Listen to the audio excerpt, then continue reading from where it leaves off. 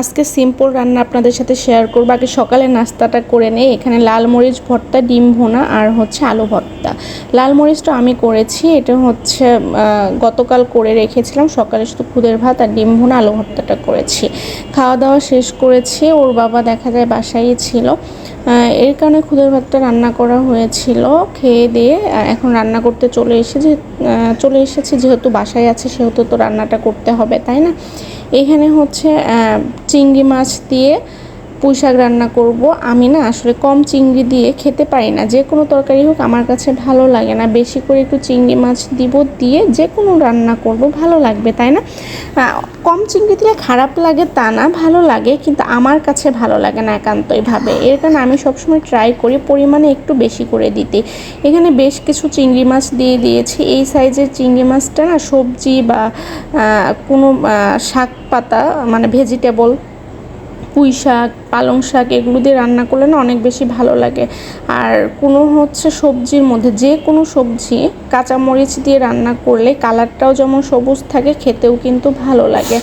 এইখানে আমি বেশ কাঁচামরিচ দিয়েছি। এখানে 15 থেকে 20টা কাঁচামরিচ হবে, কারণ আমি এখানে কোনো প্রকারের মরিচের গুঁড়া ইউজ করব না, এর কারণে কাঁচামরিচ দিয়ে দিয়েছি।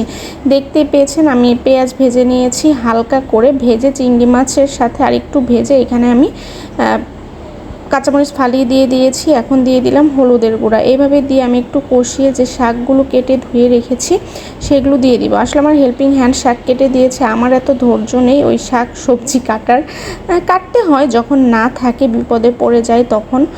এই তো একটু করে রসুন পেস্ট দিয়ে দিচ্ছি, কেউ চাইলে নাও দিতে পারেন, আমি একটু দিচ্ছি, আছে যেহেতু একটুই ভাবছি দিয়ে দিই। আসলে এই চিংড়ি মাছের সবজিতে মশলা না দিলেও হয়, মানে আদা পেস্ট রসুন পেস্ট না দিলেও হয়। এই তো দেখতেই পেয়েছেন কতটা সুন্দরভাবে কষে গিয়েছে, তেলটা উপরে চলে এসেছে।